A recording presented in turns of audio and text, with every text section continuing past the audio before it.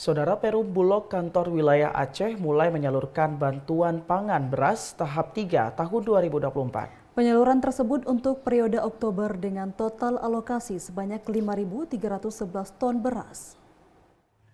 Perum Bulog kantor wilayah Aceh mulai menyalurkan bantuan pangan beras tahap 3 tahun 2024. Pimpinan Perum Bulog kantor wilayah Aceh, Ihsan, mengatakan realisasi penyaluran bulan Oktober sudah mencapai 676 ton atau 12,74% dari rencana 5.311 ton beras.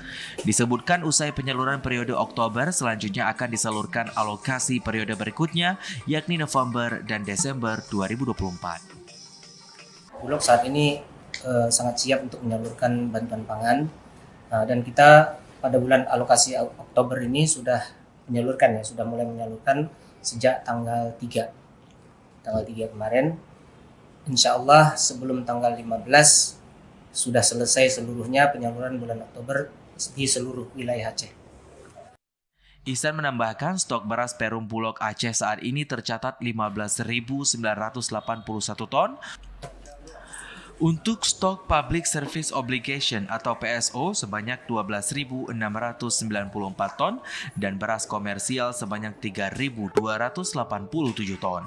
Ia menyebutkan meski stok untuk alokasi Aceh masih kurang, namun masyarakat tidak perlu khawatir karena masih ada penambahan 10.000 ton beras impor dari Vietnam.